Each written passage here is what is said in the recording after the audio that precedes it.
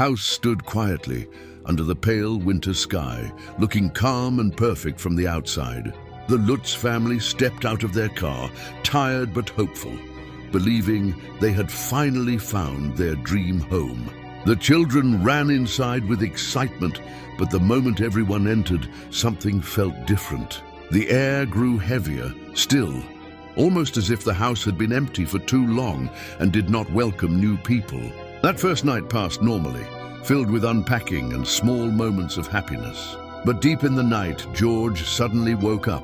It was exactly 3:15 a.m. There was no sound, no movement, yet his eyes were wide open as if something had forced him awake. He stared into the darkness, feeling a strange presence around him, like he was not alone. The same thing happened again the next night, and the night after that. Every single time, 3:15 a.m., George stopped questioning it. Somewhere deep inside, he began to feel that the house itself was calling him, pulling him into something he could not understand. Soon, the temperature inside the house began to drop. It was not normal cold. It felt unnatural, as if the warmth could not exist there. George spent hours sitting by the fireplace, feeding it again and again, yet his body never felt warm. It was as if the cold had settled inside him. The children started behaving strangely. They whispered to empty spaces, laughed without reason, and spoke about someone named Jody.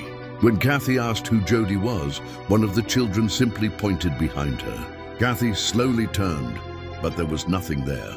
Still, she felt it, a presence standing very close, watching silently. That night, Kathy looked out the window and froze. Two glowing red eyes stared back at her from the darkness. They didn't blink or move, they just watched her. Her heart pounded as she stared back, unable to look away. Then suddenly, the eyes disappeared, leaving only darkness behind. The house grew louder with time. At night, footsteps echoed through the hallways, slow, heavy, deliberate. George would rush out to check, but every time he found nothing, empty rooms, silent walls. Yet the feeling remained that something had just been there moments before. Soon, dark stains began to appear on the walls. They were thick, sticky, and strange, almost as if they were coming from inside the house itself.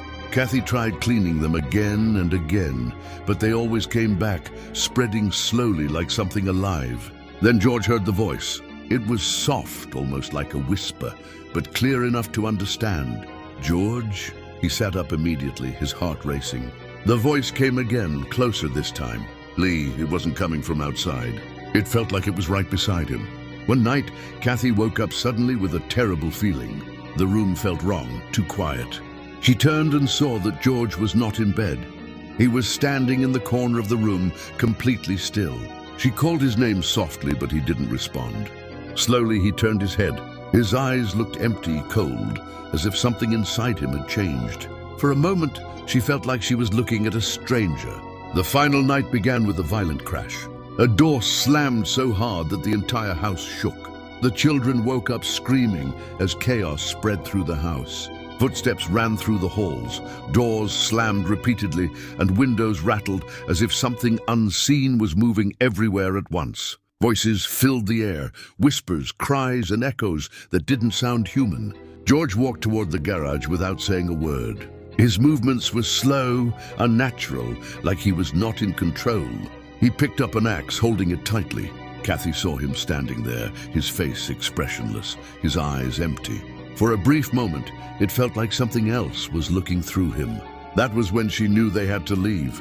She screamed for the children, and without taking anything, they ran out of the house into the freezing night. They didn't stop, didn't look back, leaving everything behind. And just like that, the house became silent again. It stood there, still and empty, as if nothing had ever happened. But the presence inside never left. It only waited for someone else to come in. Like, share, and subscribe my YouTube channel for more interesting stories.